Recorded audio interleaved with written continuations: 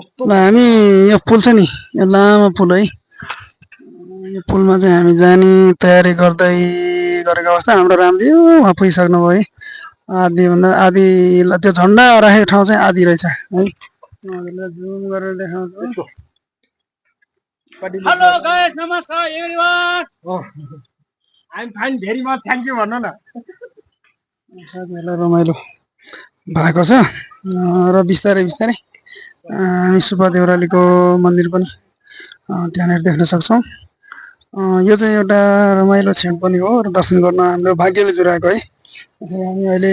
एकचोटि आइपुग्यौँ सायद बिरलै होला यसरी सोच्दै नसोचेको ठाउँमा आइपुग्नु पनि अनि त्यसरी चाहिँ अहिले बिस्तारै बिस्तारै यो पुलबाट चाहिँ अब हामी पारी जाने तयारीमा छौँ है त हाम्रो यहाँ हुनुहुन्छ हाम्रो निर्मलजी त्यसपछि हाम्रो रामज्यू धेरै पर अगाडि गइसक्नु भयो र त्यसै गरी यहाँ हुनुहुन्छ हाम्रो उता फोटो खिच्दै हुनुहुन्छ हाम्रो चाहिँ नि निर्मलजीको फोटो र हाम्रो चाहिँ नि चित्रजी हामी एकदम चाहिँ आज रमाइलो गर्दै आइरहेको अवस्था है देख्न सक्नुहुन्छ हजुरहरूले यो डाँडा काँडा पोखरा छहरा हेर्नुहोस् त कति आनन्द आहा ल हेर्नुहोस् है म भ्युज देखाइरहेको छु है हजुरहरूलाई यो भ्यू चाहिँ सुब्बा देउराली है यो हजुरहरूले देख्न सक्नुहुन्छ आज एकदम शीतल पनि छ घाम बेसरी चर्किया पनि छैन हामी बिहानै आएको एकदम चाहिँ आनन्ददायी कस्तो आनन्द छ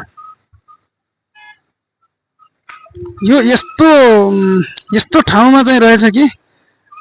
एकचोटि चाहिँ आएपछि यो ठाउँमा चाहिँ मन चाहिँ भरिँदै नभरिने क्या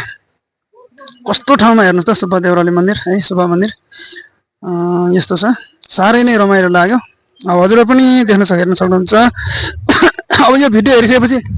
हजुरहरू कतिलाई आउन मन लागेको होला एकचोटि अवश्य आउनु होला है यो भिडियो हेरिसकेपछि है एकदम है अरू त म के भन्नु अब हजुरहरूलाई सबै भिडियोले नै देखाइरहेछ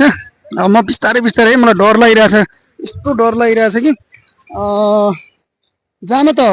पक्कै पनि जाने प्रयास गर्दैछौँ धेरै लामो पुल छ है यो अब